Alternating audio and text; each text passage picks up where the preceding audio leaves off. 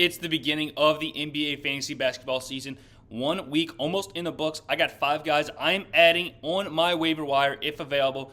Most of these guys are available in over 50% of leagues. So let's go and grab these guys, put them at the end of their bench to see if they have some potential going forward through the 2023 fantasy basketball season. Let's not waste your time. Let's get into my 5 waiver wire targets after week 1 of NBA fantasy basketball.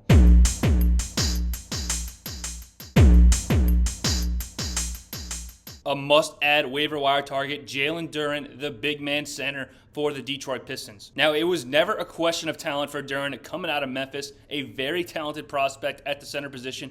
However, he was incredibly young and raw in his first season, the youngest player in the NBA last year. In year 2, the first 2 games of the year, he has looked absolutely incredible. In the offseason, there was no question about his talent. It was just the minutes that he was going to be getting in this Detroit front court, with guys like Isaiah Stewart and James Wiseman and Marvin Bagley all cluttered up on this team. But Duren has established himself as probably the best guy outside of Cade Cunningham on this team. Through the first 2 contests, Duren is averaging 15 points, 15 rebounds to go along with 3 blocks per game. A massive improvement on his season averages from last year at 9 points and 9 rebounds a game. I don't see why Duren can't be a consistent fantasy player this entire season, given the fact that James Wiseman isn't even in this rotation. We figured with Isaiah Stewart in the starting lineup alongside Duren, that was going to feed into some of his production. That hasn't been the case. Duren's been unbelievable, and last night against the Charlotte Hornets, dominates Mark Williams, a very popular breakout candidate this year. Mark Williams does have a great opening night, but Duren and the Pistons took it to Mark Williams and those Hornets last night in Charlotte, solidifying himself as my favorite must-add waiver wire target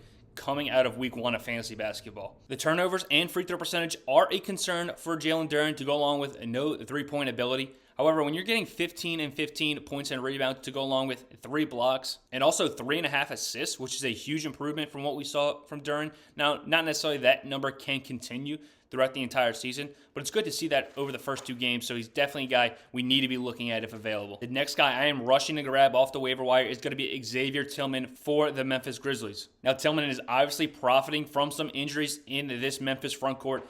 Steven Adams looks like he's done for the season, unfortunately, but Tillman, very profitable start to the year. 34 minutes each of the first 2 contests. This is a huge improvement over what he was seeing last year at just over 19 minutes per game. And he's made the most of this opportunity. He's actually doubling his numbers from a year ago, where he was at 7 points, 5 rebounds, 1.5 assists per game, now getting 15 points, 10 rebounds, and 3 assists over the first 2 games, to go along with 3 steals in each of the first 2 games. Now, his steal numbers were great last season in the minutes he was given. So if he's going to be on the court for 33 to 34 minutes a game, these steal numbers are going to be very impressive, and the block numbers to go along with it. 3 blocks over the first 2 games to go along with those 6 steals. Very impressive numbers from Xavier Tillman. A very high field goal percentage and a 20% usage rating in the first 2 games.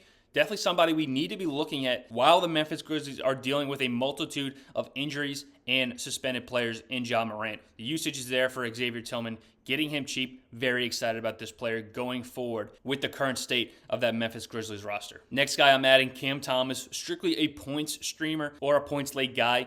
He's profiting from some injuries as well for this Brooklyn Nets team. Cam Johnson, Nick Claxton, they miss. Thomas gets inserted into that starting lineup, and he's one of the only scorers on this Brooklyn Nets team. We've seen Cam Thomas do this in stretches last season, so it's not uncommon for Cam Thomas to go on these huge scoring runs. We know he's a very talented scorer. We saw that in his college career at LSU, and he's doing it in spurts in the NBA.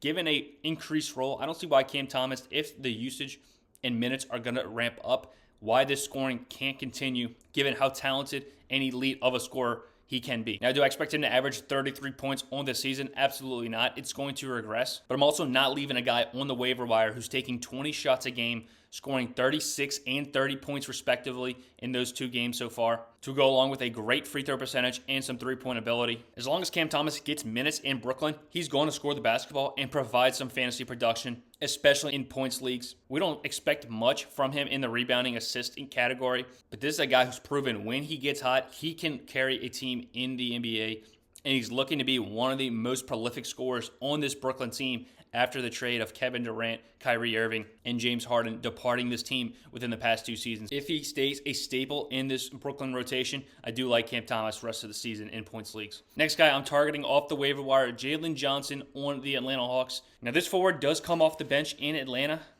However, we're seeing consistent minutes for him off the bench with the departure of John Collins, looking to provide some point scoring coming off that bench. Another guy, we've seen his role completely double from what he was seeing last season at 14 minutes a game, creeping up to 30 minutes per contest over the first 2 games. Good points, good rebounds at the power forward position, and to go along with a steal and a block per game, with a very high field goal percentage for Johnson. Now, the free throws percentage is horrendous, something to consider in your category leagues.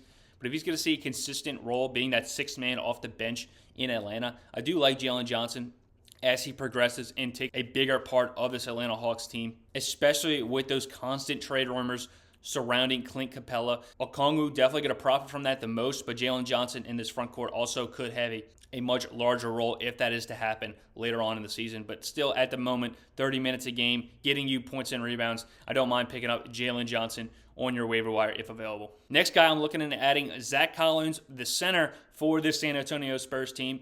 A lot of the hype coming into the season on the Spurs is going to be surrounding about Victor Wembanyama, and for good reason. Over the first 2 games, if you're watching the Spurs team, Wemby does something at least once per game that no one in the entire NBA can do. Very impressive prospect. But I think that kind of aids into why Collins is kind of being slept on coming into the start of the regular season. And now in week 1, Collins available in a multitude of leagues. He's that starting center position. Wemby, a slight frame, not able to play center minutes just yet for Popovich. So I do think Collins has a safe role in this team. And the starting center for this Spurs team who can shoot the ball from the 3-point line, adequate points and rebounds, and also giving you some assist numbers. Maybe the most impressive thing for Collins this year has been the steal numbers. 2.5 steals to go along with a block per game for Collins in this Spurs defense. Just a cheap streamer that I don't want to be leaving in free agency if he's going to continue this role for this Spurs team. Last guy I was thinking about putting on this list was Derek Lively, the center for the Dallas Mavericks. However, we've seen that role fluctuate over the first 2 games.